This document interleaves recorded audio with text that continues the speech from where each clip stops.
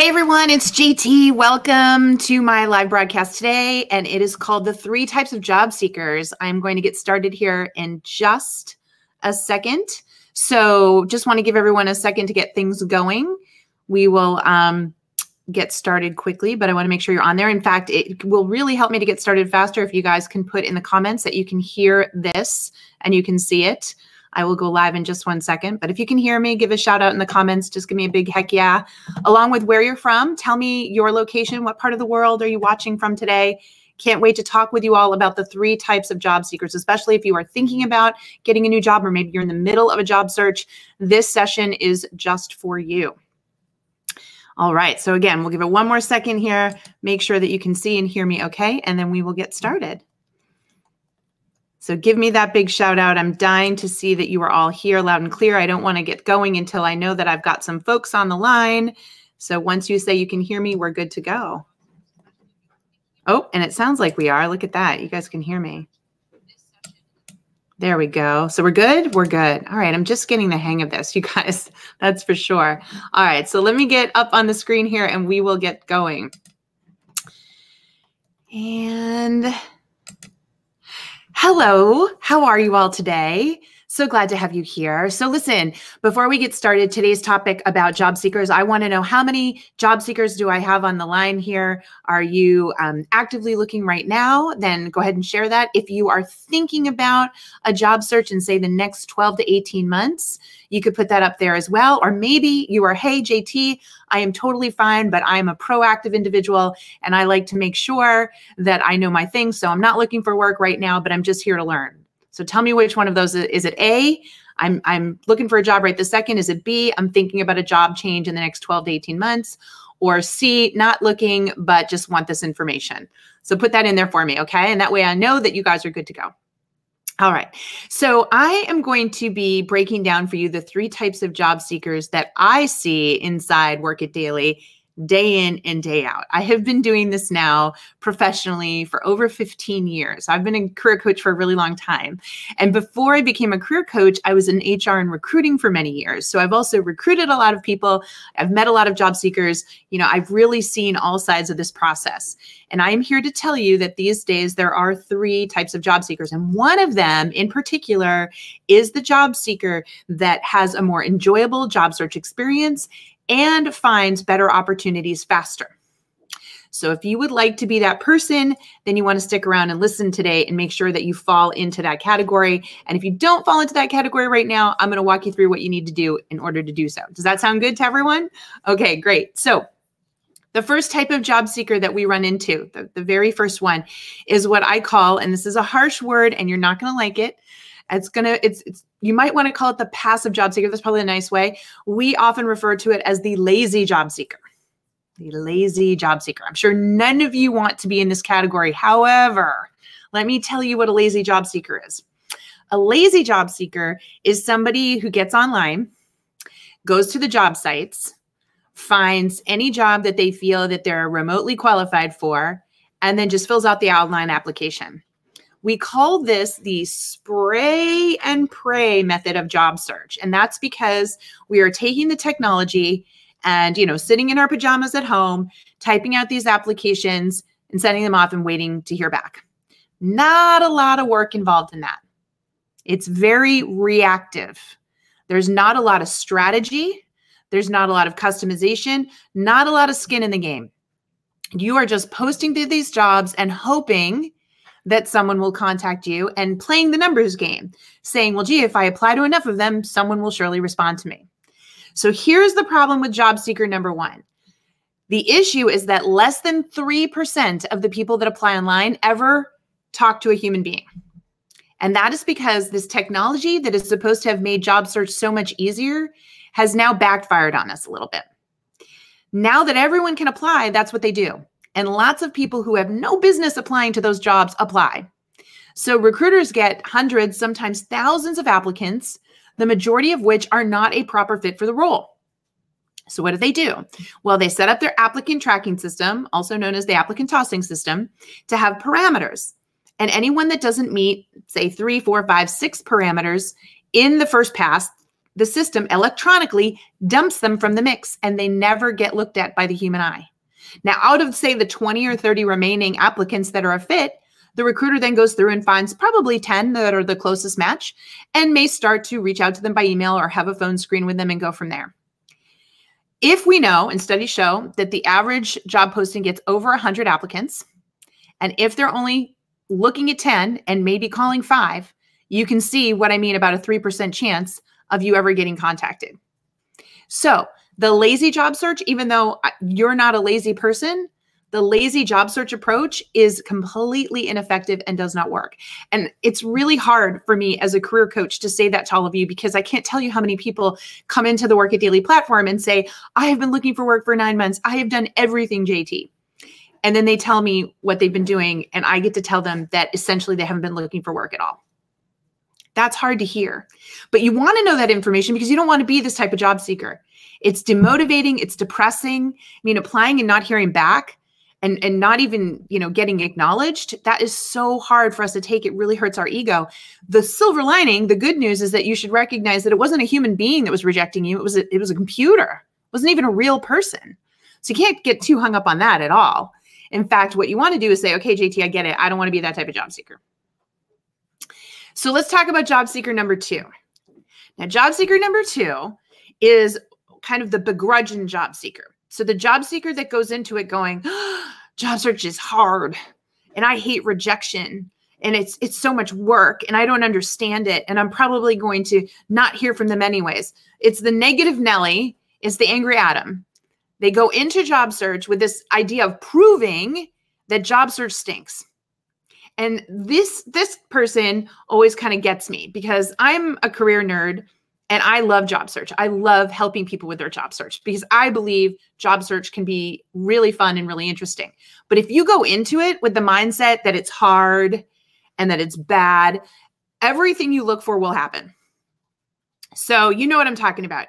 I've applied to 50 places. Of course, no one's called me back. Or, my friend was supposed to refer me into this job, but I didn't hear anything. You can feel those people. They go into it defeated. They want to prove that job search stinks and that they can't get a job. They play the victim. They play the angry, helpless victim.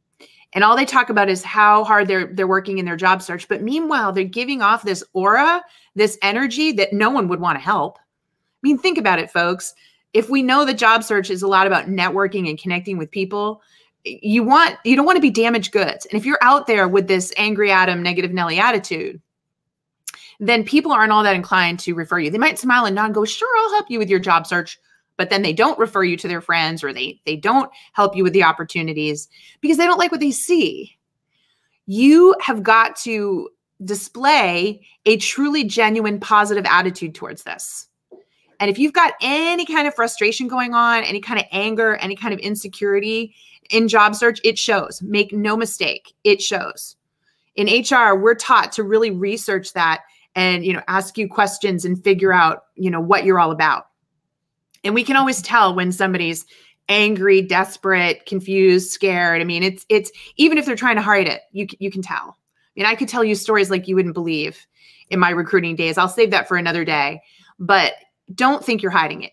You have got to authentically embrace the process, the journey of job search, or as I like to say, job discovery. And so that second person, they really drag out their job search. And they get angrier and more depressed and more frustrated. Why won't anybody help me? What's wrong with me? This isn't fair. If that stuff's going through your head right now in your job search, we got to work on your psyche. We got to get this in a good place because this manifests actions that get you results, which leads to the third type of job seeker. These are my favorite people to work with. These are the people that say, okay, I got to find a job. I'm not sure what's out there. I'm not the most skilled. I don't have a lot of expertise in job search, but I'm going to figure this out. I'm going to get some information. I'm going to get some resources. I'm going to do my homework. I'm going to carve time out. I'm going to get curious and I'm going to stay positive. What if my dream employer is out there? What if I can connect with a company and get hired in a place I never thought before? Well, how do I do that? These are the people that don't immediately assume the worst. They don't automatically go negative. Instead, they stay open-minded, they stay curious, and they do exactly what the name of my company is, Work It Daily. They say, if I just work a little bit every day, and if I learn and grow every day, right, there's no failure. If you look at job search as one big experiment, experiments never fail. We always learn something.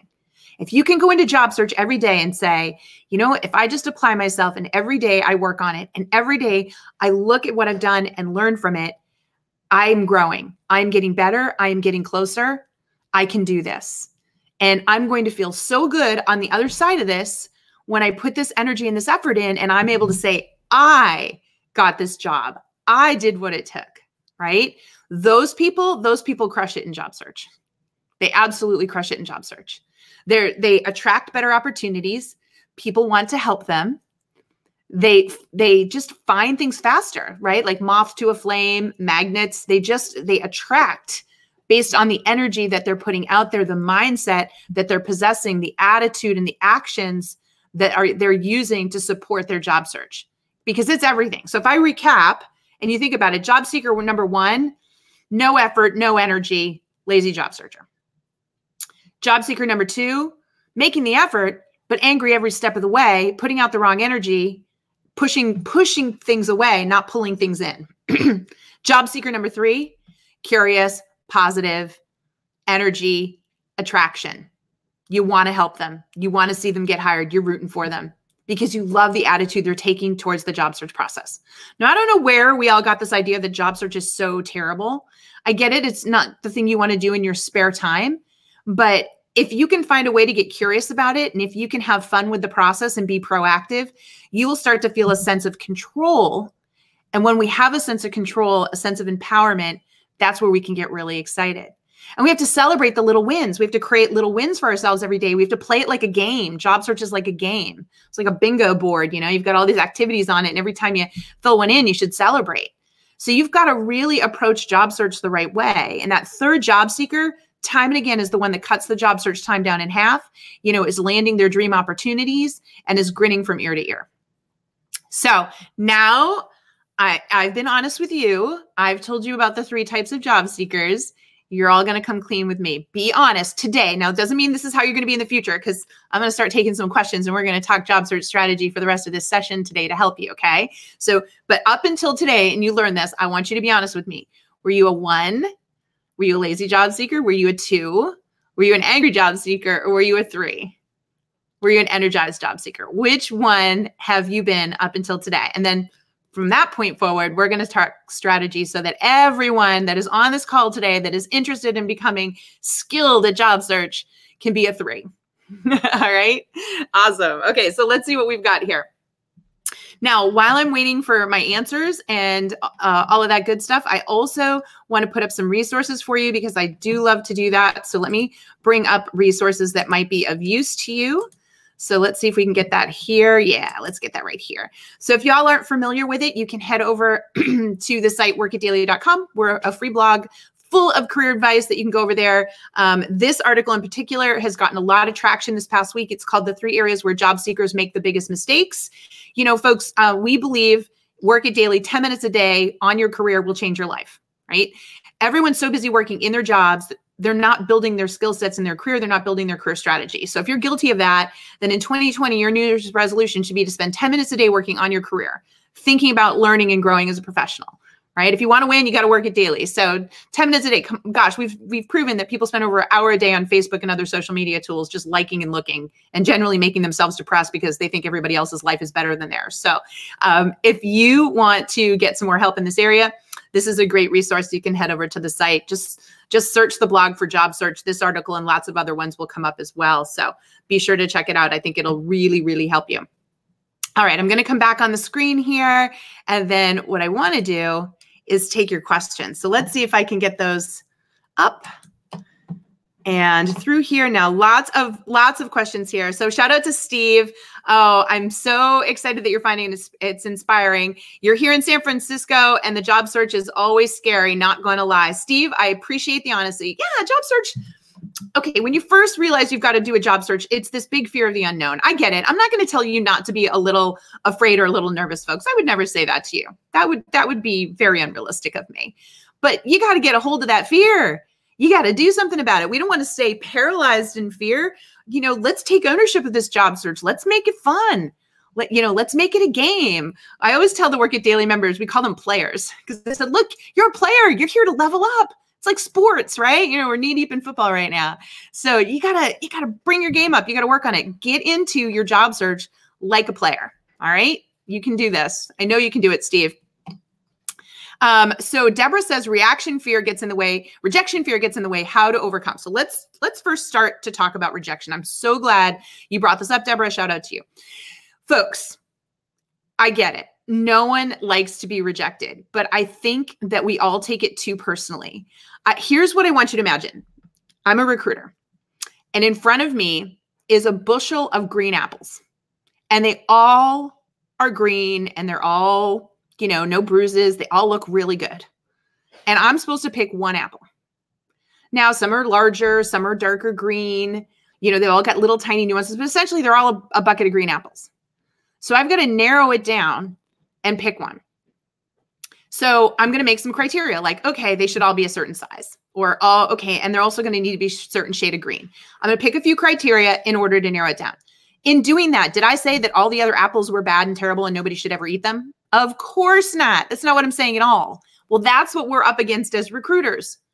When you don't get selected for a job, they're not saying you are a bad person. I feel like if any of you know the cartoon from the Peanuts gang here in the US, remember how the adults and all the Peanuts gang, they go wah, wah, wah, wah, and it just kind of gave you that heavy feeling. I just feel like that's what people hear when they get the rejection letter, right? The, hey, we're sorry, there were other qualified candidates. All they see is wah, wah, wah, wah, rejection. And they get so upset. Folks, they're not saying you are a bad candidate. They're not saying you're a bad person. They're saying, we got overwhelmed with qualified applicants and we had to make some decisions and we picked a few. That's what's happening there. No one here should ever take a rejection notice from a company personally. And if you are, that's when you need to get with your community and talk it through, right? Because it's silly to even care about it. I will tell you this, when you apply online and get rejected, again, it's more likely that a human didn't even see it. So you weren't even being rejected by a human, but even if someone did see it, it just means there were other people that were a little bit better suited than you. And you cannot take that personally. Now, one of the ways to get around this process and to feel better is to actually network so that you can talk to a human being and have a conversation. Because I think when you hear someone personally say to you, wow, Deborah, you were really qualified, but we had 6 or 7 candidates that had more experience than you in this particular area. Well, then you hear that and you go, okay, it's a bummer and I'm disappointed, but I can't feel bad because I heard from them. It is the lack of the human voice and the lack of their ability to make us feel better that's the real problem here when we get that rejection email. So you have got to remember this conversation. All of you out there, next time you get one of those rejection emails, I want you to call up the memory of me looking at you going, you are a great candidate. This is not them saying you are a bad person. You are a great candidate. You are a great person. It just wasn't a fit today. Here's the one thing I would tell you. If you find a company that you think is awesome and you apply and you don't get picked this time, what this company should do is go straight to the top of your bucket list. Does everyone here know what a bucket list is? This is something I absolutely harp on all the time here on LinkedIn. Everyone, I don't care if you're looking for work or not. I don't care who you are. You are a business of one, and at any given time, every business of one should have a bucket list of employers that are their dream employers. There's no such thing as one dream employer. And this isn't like dating.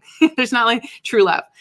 I'm talking about a list of 10 or 20 companies that you think are amazing. You love their products, you love their services, you love the customers you serve, they love their beliefs, you love their story, whatever it is, you love them. You identify with them. This is your interview bucket list. And if there's a company that you're so disappointed that you didn't get selected, they go to the top of your bucket list, and your strategy is to start to network and connect and meet people that work there.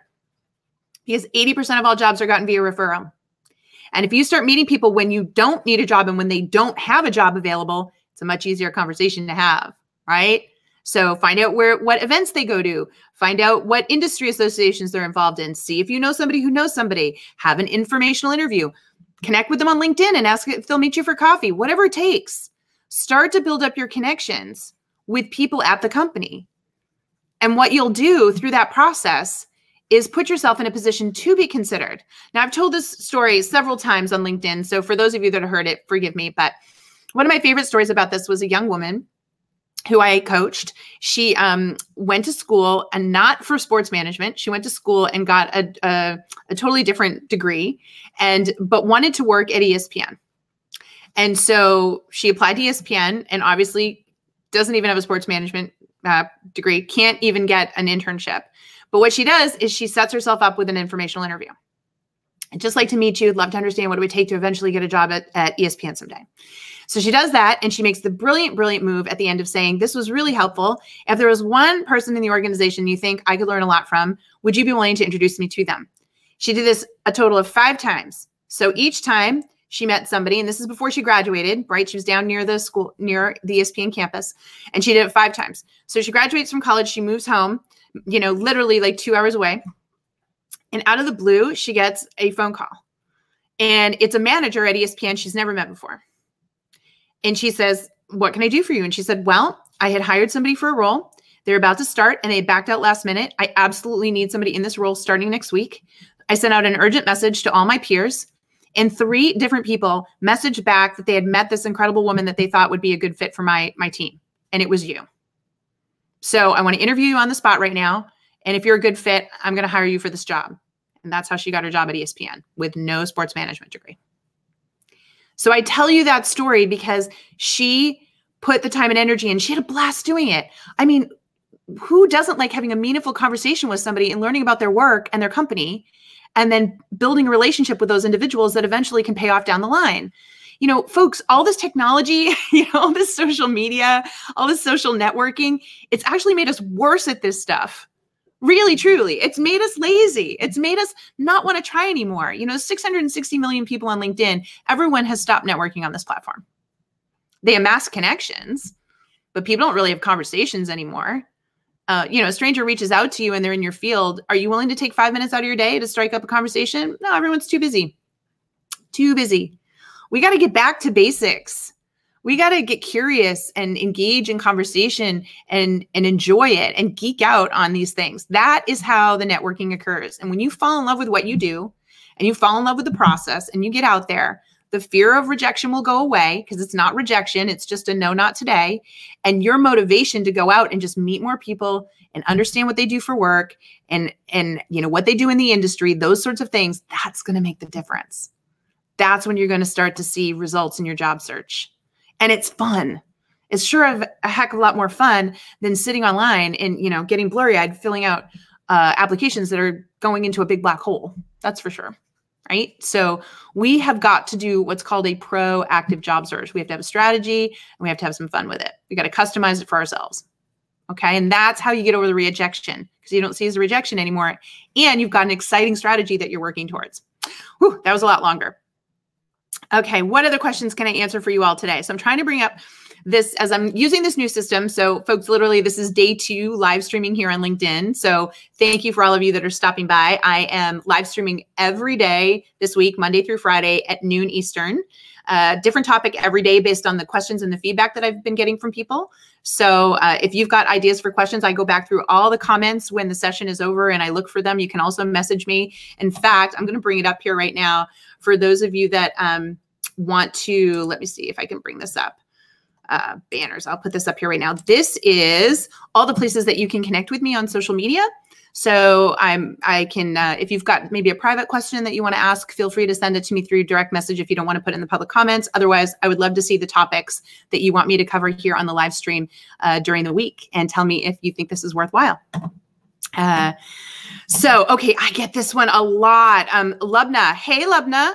So Lubna's saying job search secrets or career tips for new grads. Oh, gosh, we can dive right into this subject because candidly, the advice I'm about to give you is for everyone. I don't care where you are in your career right now. You're on the beginning of your career, you're on the end of your career. I'm going to give you 2 tips right now, folks, that everyone should be doing in 2020. You got it? 2 tips right now, everyone in 2020. Tip number 1 is to create a content capsule. Now, this is going to sound really weird, and you're going to go, JT, I have no experience, right? Why would I create a content capsule?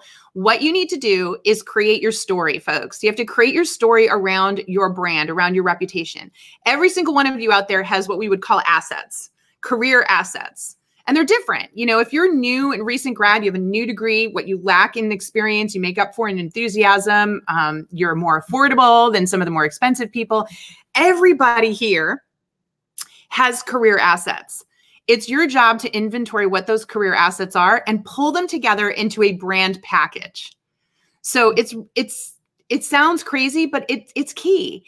If you don't know what your brand is, if you can't say, you know, I'm this, this, and this, then you don't have something to market.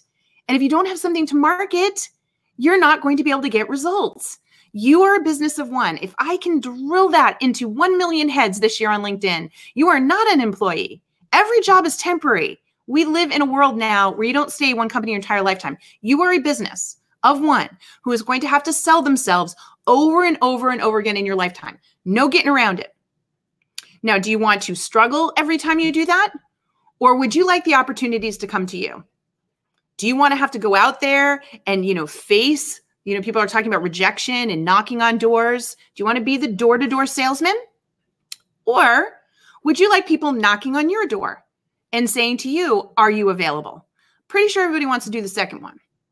Well, if that's the case, then you need a brand. You need a reputation. You ever hear the phrase, your reputation precedes you? If you focus time and energy on building your brand and your reputation so people know who you are and what you're about, they will remember that message, the stories that you tell them around that message, and they will then recall that like a Rolodex when they're around somebody who has an opportunity that you'd be a fit for. So whether you are 22 or 72, it does not matter. You have a brand, you have a reputation, you have a story, and you have to create this content capsule that defines it.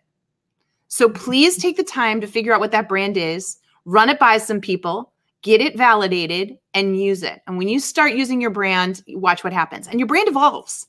As you get older, as you have career experiences, whatever it is, your brand changes. So everyone on here should be assessing their brand every single year. What is your brand? How do you plan to market that in the year? How do you plan to make sure that people know who you are and what you're about?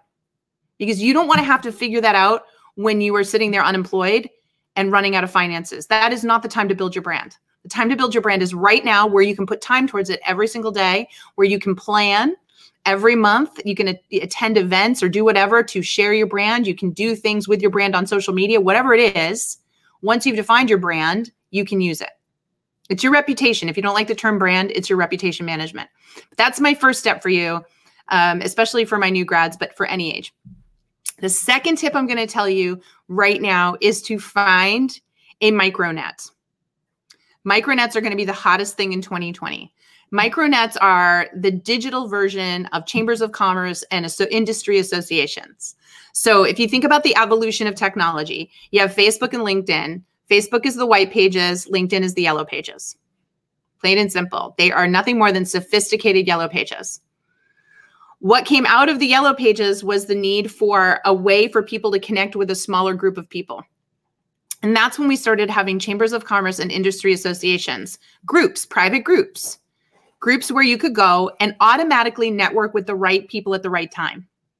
How many of you are a part of one or more micronets?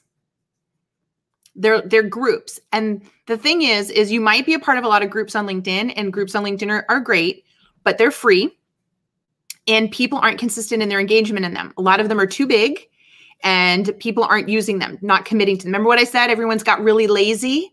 So you need to identify a couple of micronets. I would say 1 or 2 in your industry and 1 or 2 for your skill set, and definitely 1 in the geographic location where you want to work. So that would be like 5 micronets. And you want to focus your efforts on 2020, getting out and connecting with the people within those micronets, because they all share some aspect of career similarity to you, whether it's the industry, the skill set, or the location. So automatically your networking efforts with them are better. And you want to every month focus on meeting and connecting and having meaningful conversations with people within these micronets, because that's how you then take that Remember that brand I just talked about, that reputation management? That's where you go use it. And if you can say every month, I'm going to make sure that I have a conversation with 10 people, you know, a few in my industry, a few in my skill set, and a few in my location, and I'm going to get to know them. They're going to get to know me. I'm going to see how I can serve them and introduce them to people. They're going to do the same for me. You are going to have a healthy network that you will be able to mobilize. And that network is going to know your brand, and they're going to know how to serve you. There is no getting around this, folks. If you want to stay employed for however long you want to be employed, then you have got to build a brand for your business of one, and you have to market that brand to the right people. And that's why these micro networks are so important, because if you're going to spend valuable time out there, it should be with people that you know you're going to see an ROI, return on the investment with. So this is why we have to get more committed than ever before to our networking. Our network is our net worth. No joke in your career right now. Let me say that again. Our network is our net worth in our career right now. How you are connecting and giving them value, how you're presenting to them, all of that, so important. You can no longer hide. You can't just do your job and hope everything will work out. So those are my 2 tips. I don't care if you're 22 or 72. You need a content capsule, which is the expression of your brand. And you need to be part of Micronets, which is a place for you to go and share that brand. And if you do those 2 things in 2020, look out. You will be just fine. Okay. And you don't have to be an extrovert.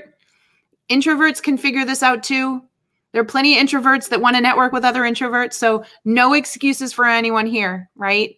Whatever your fears are, you share them with me, and I guarantee you I'll work you through them, because this is what it takes. And I have seen people of all types, all skill levels, right? All communication styles, when they adopt these principles and they just work on it, it's like a habit. They just know to do this stuff on a regular basis.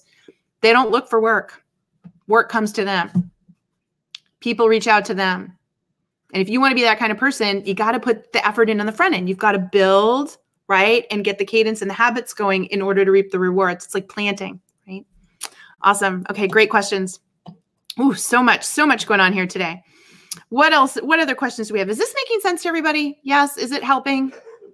I love job search, and you should love job search too. And the sooner you love it, and the sooner you build a strategy where you're technically always job searching, even when you have a job, if you do the things I just talked about, that's a form of job search. It's a form of really keeping your brand relevant. It's amazing what can happen to you. It's amazing, but you got to do it. You just got to, you know, just like Nike says, you got to do it.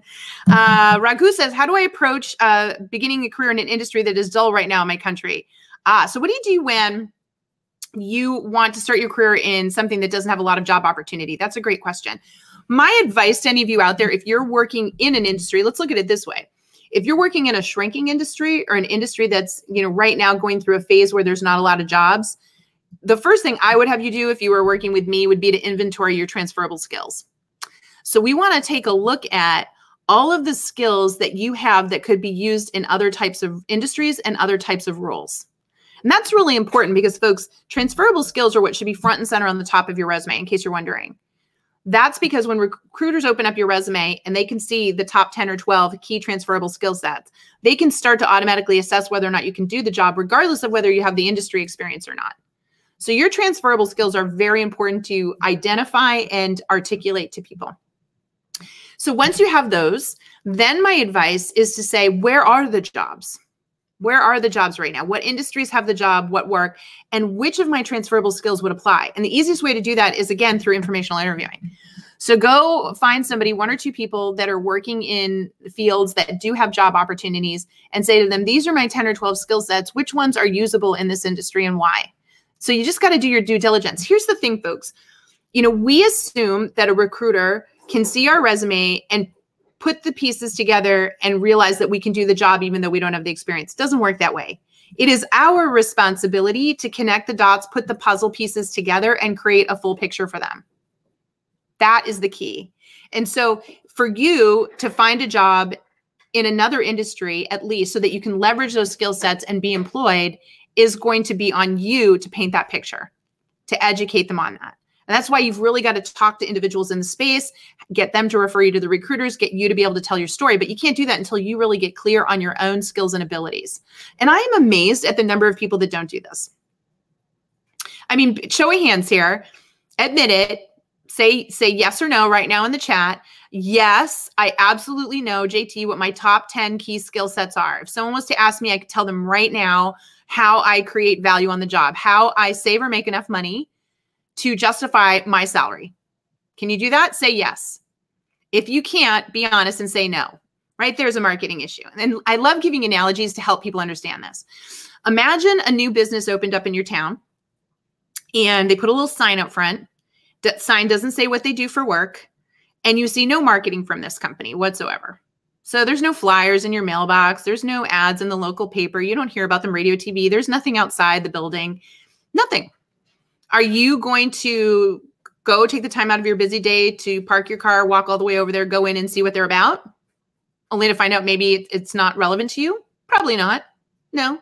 So when you find out that that company goes out of business a few months later, do you feel sorry for them? No. You immediately say, well, they didn't do any marketing. They didn't tell me what they do or why they do it. I had no desire to go over there. They needed to market themselves to me. You're the same way, folks. You need to know what your strengths are, know what your transferable skills are, and you need to know how to present those to the world. And it starts with knowing what they are so that you can present them. And if you can't, then that's step one right there. Because I cannot stress it enough. It is on you to push your brand message out there. Your reputation is built on your actions. Your actions are built on your skill sets. Your skill sets have to be revealed. The only way you reveal them is if you share them, right? Awesome. Okay, good. Oh, so I'm seeing some yeses here. Good for you. Any of you out there that can say that you know your 10 skill sets, that is fantastic. Here's my next challenge to all of you. Anybody out there that's saying, yeah, JT, I absolutely know how I create value. Have you written an article on how to do something well in your industry? Have you written an article about, the 4 steps that you take to solve a particular problem in your type of job? How have you created value for other people? How have you provided information, insight, and expertise based on your skill sets so that others can benefit and learn from you? Have you done that? If not, that's the next step in the process, because these days you build your reputation based on proof. And one of the ways that we can build a reputation is to share our advice and our expertise. And the more that we do that, the more we give away that information and really dig in deep and provide examples and show them through our experience we know what we're talking about, the faster we earn our credibility.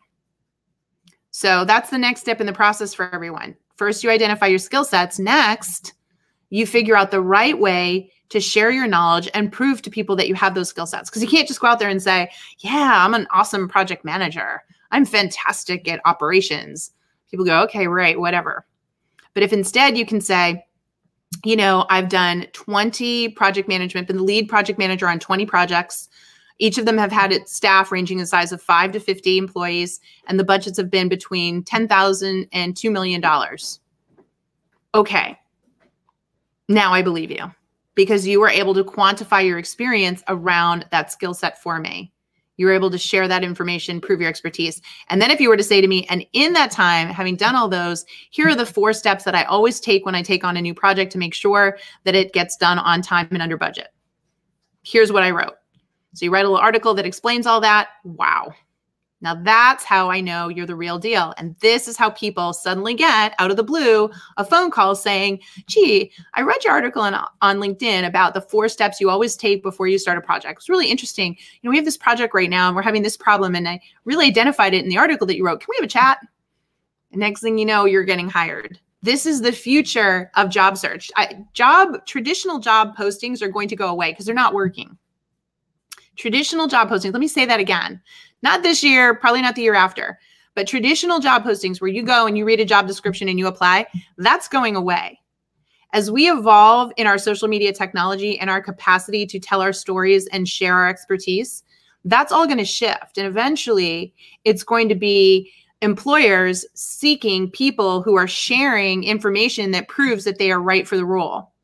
And we will get away from the job descriptions. Not kidding you.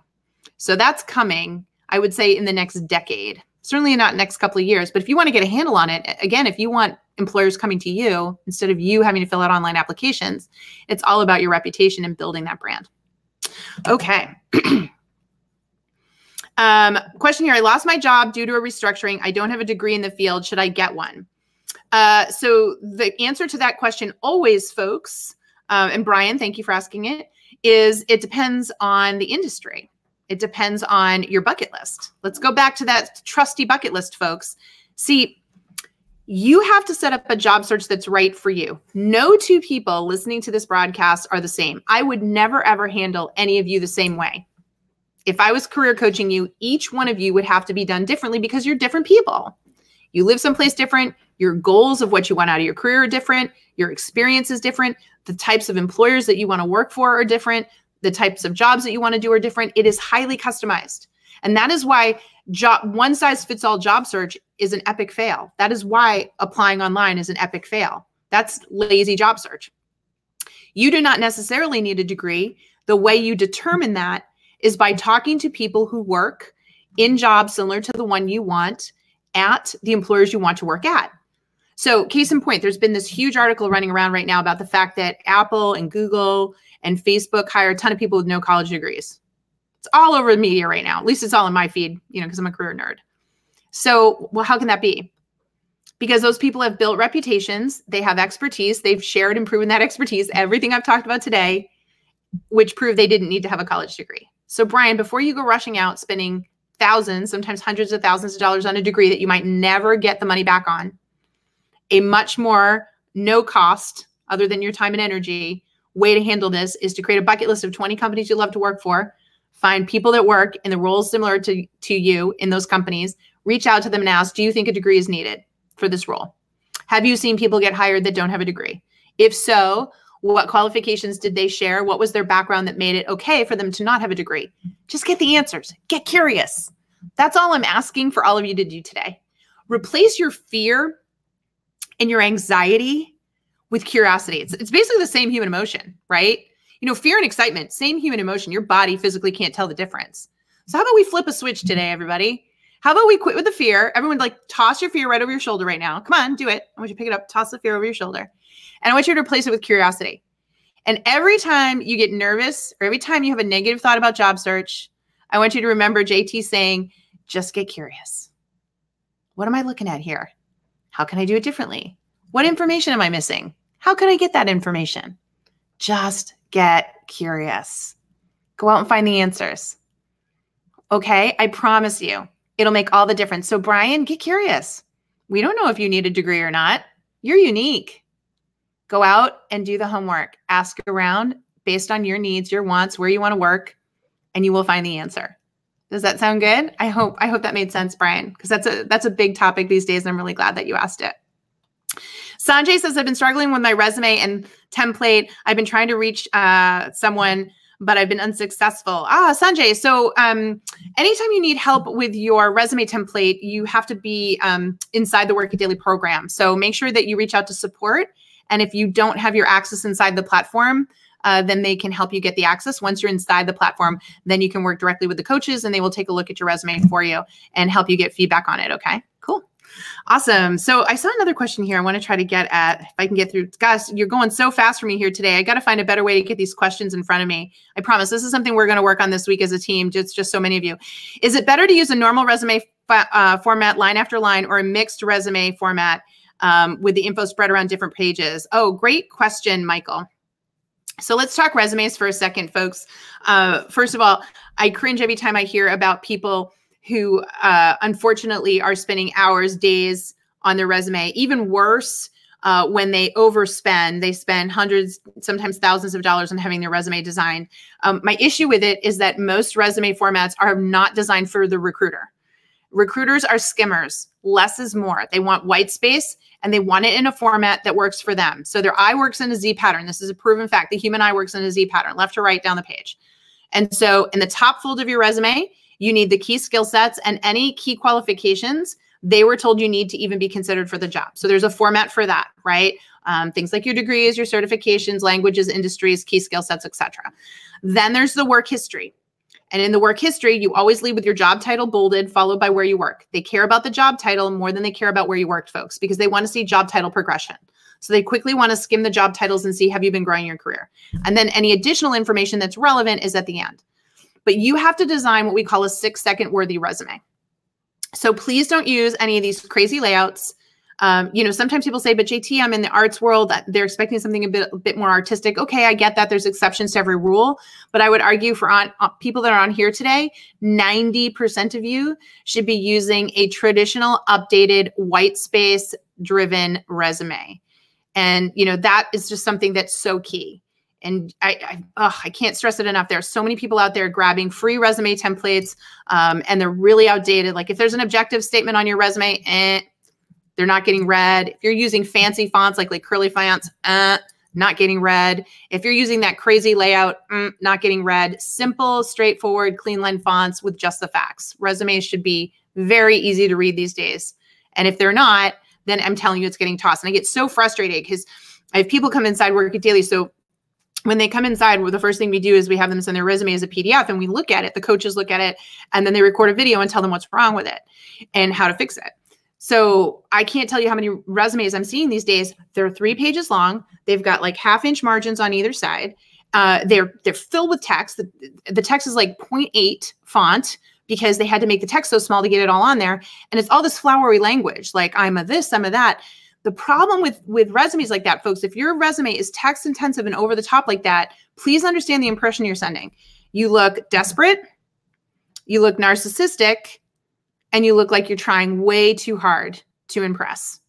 And it's overkill. It's not getting read. Nobody can physically read that. It's too much. So today, resumes are about clean, easy to read, just the facts. You've done your resume right. This is the test right now. You've done your resume right. If a recruiter says you had all the basics, but I needed more information, ding, ding, ding, ding, ding. That's the whole point, to get someone to call you. That way, when they ask you questions, you can expand and give them more information based on what they need. So less is more in a resume. Don't let anybody tell you otherwise. Even the ones that say, no, you were missing information. You should really have this on your resume. Really? Because you called me.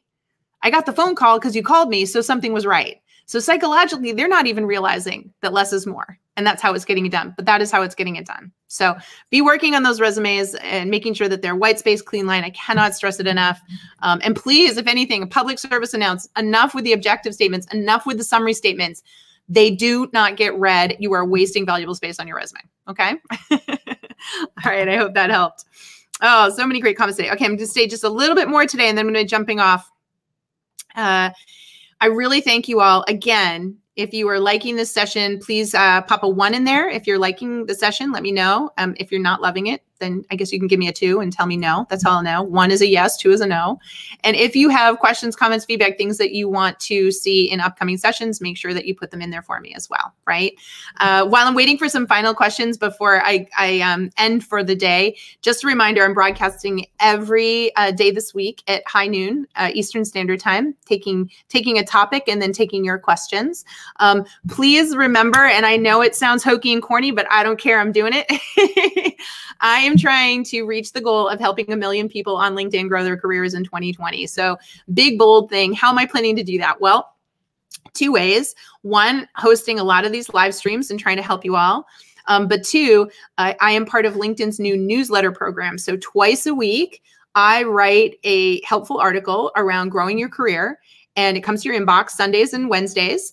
All you need to do is go to my profile, hit the follow button, which you should see in the upper right. So you hit the follow button, but also go to my articles and click on them and hit the newsletter button. I know it's a couple extra steps, but if you really want to get the articles in your inbox, you have to go to the newsletter and sign up. And they told me to stress that to you. So please, I'd love it if you follow me. That way you'll get instant notifications when I go live. So if you need a little reminder when I go live, you need to follow me on LinkedIn, and then newsletter, you will get those 2 emails on LinkedIn each week as well. Okay. So that's my goal. That's how I'm trying to help people in 2020, and couldn't do it without you all. Again, we have this amazing platform here on LinkedIn. It's an incredible tool. It is a social marketplace, and that's a wonderful thing. But as it's evolved and it's changed, so have the strategies we have to use to be effective on it. And I think it's going to be a very important tool in 2020 because, the world's changing, but we need to know how to change with it. And that's what we're going to learn together here. Okay. Awesome. Question, does a personal website with my CV demonstrate my project value when a person is looking for middle management positions? That's a great question. So I get a lot. Basically, the question is, what do you think about personal websites? They're not a bad thing to have. I think, 1, they're a great place for you to kind of like a repository of all your information. It's just that they don't often get looked at. So you can have it on your resume. You can have links to it on your LinkedIn profile to get people there. But, you know, don't assume that everyone's going to go look at it and read it. I just think it's sometimes just great for you to have all your stuff in one place. So it's not a bad thing to have. I just would say it's not a must-have. Right now, for me, the 4 career tools everyone must have, whether you're looking for work or not, is obviously an updated white space resume, to a properly optimized LinkedIn profile. I'm cringing at what I'm seeing out there. In fact, I don't know if you guys are up for it, but maybe tomorrow I will do a couple of Pimp My Profile sessions. Do y'all know what that is? So that's when, if you're willing to give me your LinkedIn profile, public profile, know that it'll be on camera, I can bring it up on the screen and I can take you top to bottom with what's wrong with your LinkedIn profile and tell you how to fix it. So come back tomorrow. I'll probably do a couple of those. I'll pick them at random and show you top to bottom how to optimize your profile. A lot of people don't understand how to optimize their profile for recruiters to be found. A lot of overkill. Similar to the resumes right now, I'm seeing a lot of over-the-top LinkedIn profiles really working against you. So why don't we hit on that tomorrow? That's what we'll do tomorrow. We'll talk about that. But optimize LinkedIn profile. So resume, optimize LinkedIn profile. You definitely have to have a networking strategy. If you are not thinking about how you're improving your network every month, it is dying. And if your network is not growing, it is dying, and your network is your net worth. So you got to do that. And then the one thing I'll tell you is interview prep right now, people are not prepping how to answer behavioral questions. And so maybe I'll tackle that later this week. I think that's what I'll do for a topic. Behavioral questions are those open-ended questions that you get asked when you're networking, when you're on interviews. They're very telling. They're very revealing about your personality, about what you're like to work with on the job. You answer those questions wrong, you've now told that person you're not a good fit for the organization. So understanding how to answer open-ended behavioral questions is a pretty big deal and something that we should all be skilled at and thinking about in advance. We should be sitting down right now, even if we're not looking for work, and saying, how would I answer these 10 questions? So if you guys are interested in that, I'll do that later this week, okay? For sure. I'll do that Thursday. Why don't I commit to that? So Wednesday, tomorrow, I am going to talk about LinkedIn profiles. So come back, we'll do some Pimp My Profiles. And Thursday, I will talk about the 10 behavioral questions that everyone listening should be able to answer in 2020, regardless of whether or not you're looking for a job. Okay. Does that sound good? And then we'll figure out Friday. I don't know. Maybe Friday will be fun day. I don't know. Awesome. Okay. Very, very good, folks. Well, this has been wonderful. Thank you so much for stopping by today. Again, if you enjoyed it, will you let me know what you liked best? What was it? Let's do this. I just love to understand what's working for you. So right now, can you please list what was the one most helpful tip or one most important thing you heard today in this session? So what one thing are you taking away today that you're going to store in your memory bank and that you're going to use in your career? Because you should all pat yourself on the back. If you came and spent more than 10 minutes on this broadcast today, you did something to work on your career, not in your job. And you know, I'm all about you working on your careers. So kudos to you, pat yourself on the back. But more importantly, tell me, what was the thing that resonated? What was the thing, that aha moment you had, or the thing that you said, okay, that's good to know. If we do that every day together, we're going to get you results. And that is my goal. Okay. So I can't wait to read that in the comments from all of you. Please share with me. And then I will see you all tomorrow and we'll start talking about LinkedIn profiles. Does that sound good? Gosh, this is so much fun. Seriously, Christmas came early for this girl. This is so much fun to be with all of you. Awesome. Okay, team. I'll see you soon, right? All right. Take care, everyone. Have a good one. Bye-bye.